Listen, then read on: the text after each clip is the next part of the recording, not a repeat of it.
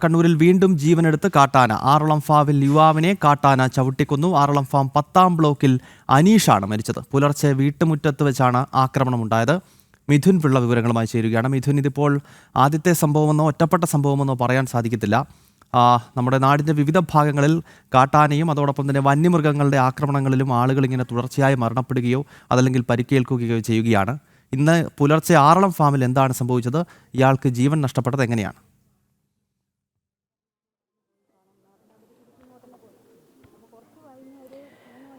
ഗൗതം, നമ്മൾ ആ സംഭവം നടന്ന വീട്ടിന് മുന്നിലാണുള്ളത്. ഇന്ന് രാവിലെ ഏതാണ്ട് 4 മണിയോടുകൂടിയാണ് ഈ ഒരു സംഭവം നടക്കുന്നത്. വീടിന് മുന്നിലേക്ക് പുറത്തേക്ക് ഇറങ്ങിയ അനീഷ് എന്ന വ്യക്തിയെ അദ്ദേഹത്തിൻ്റെ വീടിൻ്റെ സൈഡിലിട്ടിട്ടാണ് കാട്ടാന ചവിട്ടിക്കൊല്ലുന്നൊരു സാഹചര്യം ഉണ്ടായത്.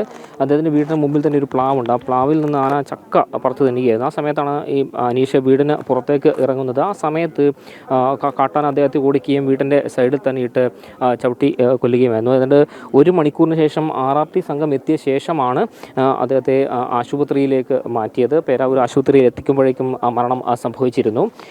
ഇപ്പോൾ മൃതദേഹം പരിയാരം മെഡിക്കൽ കോളേജ് ആശുപത്രിയിലേക്ക് മാറ്റിയിരിക്കുകയാണ്.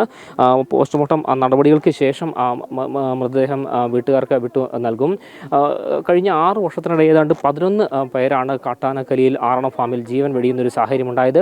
ഇത് പ്രതിരോധിക്കാൻ വേണ്ടി പല പദ്ധതികളും ഇവിടെ നടപ്പാക്കിയെന്ന് പറയുന്നുണ്ട്. പക്ഷേ ആ പദ്ധതികളൊന്നും തന്നെ ഫലപ്രാപ്തിയിലേക്ക് എത്തിയില്ല എന്നതിൻ്റെ ഏറ്റവും വലിയ തെളിവായി തന്നെ വേണം ഈ ഒരു സംഭവത്തെ വിശേഷിപ്പിക്കാൻ. അതിലും ഇപ്പോൾ ചേച്ചി അയൽവാസി തന്നെ ഇവിടെയുണ്ട്.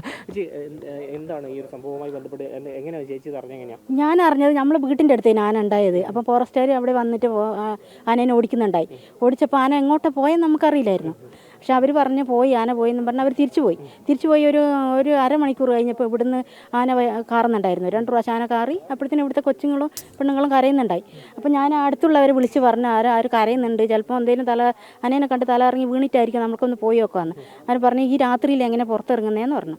അപ്പോൾ നിങ്ങൾ വരുവാണെങ്കിൽ ഞങ്ങളും പോകാമെന്ന്. അമ്മ വീട്ടിൽ നിന്ന് പിള്ളേർ വിടാത്തതുകൊണ്ട് ഞാൻ ഇറങ്ങിയില്ല. പിന്നെ രാവിലെ ഒരു 3 മണി ആയപ്പോഴാണ് അവർ ഫോറസ്റ്റുകാരെ വിളിച്ചായിരുന്നു. അപ്പോൾ അവർ പറഞ്ഞ് ഇങ്ങോട്ട് വരാൻ വഴി അറിയില്ല എന്ന് പറഞ്ഞു. അപ്പോൾ നമ്മൾ പറഞ്ഞു വഴി പറഞ്ഞു തരാം, നിങ്ങൾ ഇതിലെ കൂടെ വന്നാൽ മതി, ഇവിടം വരെ വണ്ടി വരുന്നതാണ്. അപ്പോൾ അവർ വരില്ല എന്ന് പറഞ്ഞു.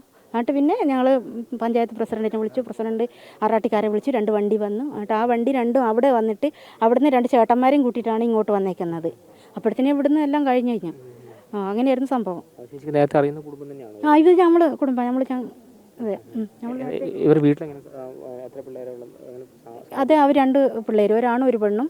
ഒരാൾ ഹോസ്റ്റലിൽ പഠിക്കുന്നു, പിന്നെ ഒരാൾ പോയി വരുന്നായിരുന്നു. ഒരു ചെറുക്കനും ഒരു പെണ്ണായിരുന്നു. ഇവിടെ സ്ഥിരം കാട്ടാന ഇറങ്ങുന്ന ഒരു സ്ഥലമാണ്. അതെ, ഇതിൻ്റെ ഉള്ളിൽ 10-20 ആനയുണ്ട്. ഇപ്പം കുറച്ച് മുമ്പ് അവിടെ നിന്ന് രാവിലെ കറങ്ങിയിട്ടുണ്ടായി ആന. നല്ല കാർച്ചയായിരുന്നു. ഇപ്പോൾ നേരത്തെ ഒരാൾ അങ്ങോട്ട് പോയപ്പോൾ പറഞ്ഞ ആനയുണ്ട്, ഞങ്ങൾ നേരത്തെ വെള്ളം എടുക്കാൻ പോയപ്പോൾ ആന പൊട്ടിക്കുന്നുണ്ട്. ഇവർ ഈ ഫെൻസിങ് ഇട്ടാൽ പോരല്ലോ, അതിന് ഷോക്ക് കൊടുക്കണ്ടേ. ഷോക്ക് കൊടുത്താൽ ആന അതിൻ്റെ ഉള്ളിൽ കയറുന്നുണ്ട്. പക്ഷേ അത് കണ്ടിട്ടുണ്ട്. ഇത് എങ്ങനെയാണെന്നൊന്നും അറിയില്ല, എവിടുന്ന് തൊട്ടാണ് ഉണ്ടാക്കുന്നതെന്ന് നമുക്കറിയില്ല. അന്ന് 2 ആൾക്കാർ ഇവിടെ ആന ചവിട്ടി മരിച്ച സമയത്ത് ഇവിടെ വലിയ നിങ്ങൾക്ക് വേണ്ടിയുള്ള സംരക്ഷണം ഒരുക്കുന്നല്ല അവർ പറഞ്ഞല്ലോ. പറഞ്ഞിരുന്നു. ഇത് ഇങ്ങനെ ഓരോന്ന് പോയിരുന്നത് സംരക്ഷണം, മനസ്സിലായില്ലേ? ഇപ്പോൾ ഒന്ന് പോയില്ലേ, കഴിഞ്ഞ കൊല്ലം 2 പോയില്ലേ, ഈ വർഷം ഒന്ന് പോയില്ല, അതാണ് സംരക്ഷണം. വേറെ സംരക്ഷണമൊന്നുമില്ല. ഇല്ല, പോലീസുകാർ വന്നപ്പോൾ 2 ആൾ വന്നിട്ടുണ്ടായിരുന്നു. അപ്പോൾ അവിടെ പോയിട്ടുണ്ടായി. ഇതിലും നാട്ടുകാരുടെ ഒരു പ്രതികരണം തന്നെയാണ് കേൾക്കുന്നത്, ഗൗതം. കാരണം ഓരോരുത്തരുടെ ജീവൻ പൊലിയുന്ന സാഹചര്യത്തിൽ മാത്രം ആളുകൾ ഇവിടെ എത്തുകയും പോവുകയും ഒക്കെ ചെയ്യുന്നു. പോകുന്ന സമയത്ത് വലിയ വാഗ്ദാനങ്ങളും കാര്യങ്ങളൊക്കെ ലഭിക്കുകയും ചെയ്യുന്നു. പക്ഷേ അതിനുശേഷം മറ്റ് രീതിയിലുള്ള സംഭവങ്ങളൊന്നും ഉണ്ടാകുന്നില്ല എന്നുള്ളതാണ് എടുത്ത് പറയേണ്ടത്. ആനമതിൽ പദ്ധതിയൊക്കെ പാതി വഴിയിലായൊരു സാഹചര്യം ഈ ആറളം ഫാമിനെ സംബന്ധിച്ചുണ്ട്. ജനങ്ങളുടെ ജീവന് യാതൊരു സുരക്ഷയും ഇല്ലാത്തൊരു സാഹചര്യം, അത് അംഗീകരിച്ചു കൊടുക്കാനാകില്ല എന്നുള്ള ഒരു നിലപാട് തന്നെയാണ് ഇപ്പോൾ വീട്ടുകാർ ഉൾപ്പെടെ നമ്മോട് പങ്കുവയ്ക്കുന്നതിലും. കഴിഞ്ഞ 6 വർഷത്തിനുള്ളിൽ 11 പേർ കൊല്ലപ്പെട്ടിട്ടും ഇവിടെ ഇത്തരത്തിലൊരു സുരക്ഷ ജനങ്ങൾക്ക് സ്വന്തം വീട്ടിൽ പോലും കിടന്നുറങ്ങാൻ പറ്റാത്തൊരു സാഹചര്യം ഉണ്ടായിരിക്കുന്നു എന്നുള്ളത് ഒരു ഞെട്ടിക്കുന്ന വസ്തുത തന്നെയാണ്, ഗൗതം.